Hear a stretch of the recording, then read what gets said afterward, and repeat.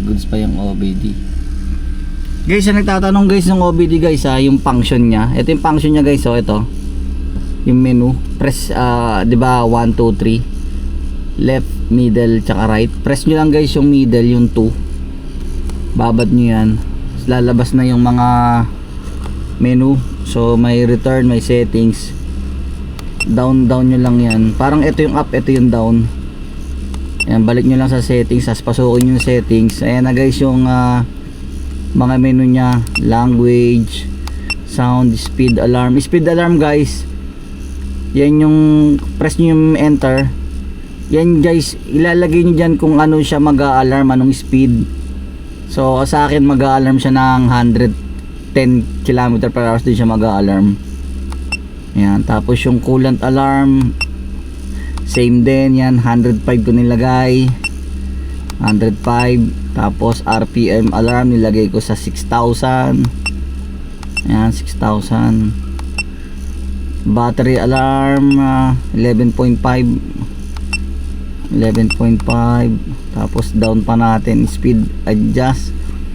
Ito guys yung pang tune para mag-match yung speed nyo dito sa OBD2 tsaka yung speed nyo dito. So may adjustment nyan guys para magpareha siya. So sa akin sa 105% ko nilagay yan. Tapos yung offset din guys sa 110 ko nilagay para magpantay guys yung speed nito tsaka sa speed nung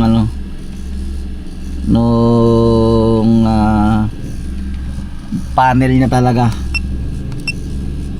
Asa na? Ayun na, wala na. Ay 110 ba? 10 pala, 10 ang ano niya, ang offset niya. So battery adjust yan. Engine size lagay ko guys yung 0.7 kasi 665 yata to si Bogie So yan na yung pinaka closest nya. Round up mo na lang 0.6 tapos 0.7 yun. Fuel adjust yan 100%. Tapos brightness brightness lang, atmosphere okay na yan. Yan, speed, distance, power off. Tapos yung factory reset. So nandyan guys yan. Tapos labas lang kayo dyan, return up, return, tapos return pa isa. Ayan guys, pabalik na kayo sa settings ng OBD2. So ayan guys yung sa OBD2. Tapos mapapansin nyo guys tong ECT temp ay mas mataas lagi kaysa sa radiator temp. Pag open yan guys nung valve sa ilalim, ibubuga yan sa radiator So lalabas sa radiator, magbubuga, lalamig sa radiator, babalik niya, lalamig na yung coolant niya, sa andar na rin yung blower niya guys. Mag-activate yan guys pag nag 100 yung sa ECT. Accurate yan guys sa ECT, try and tested ko na yan. So proven na yan. So yan yung sa OBD2 settings. So balik tayo dun guys sa mga kay Bogie after 2 years.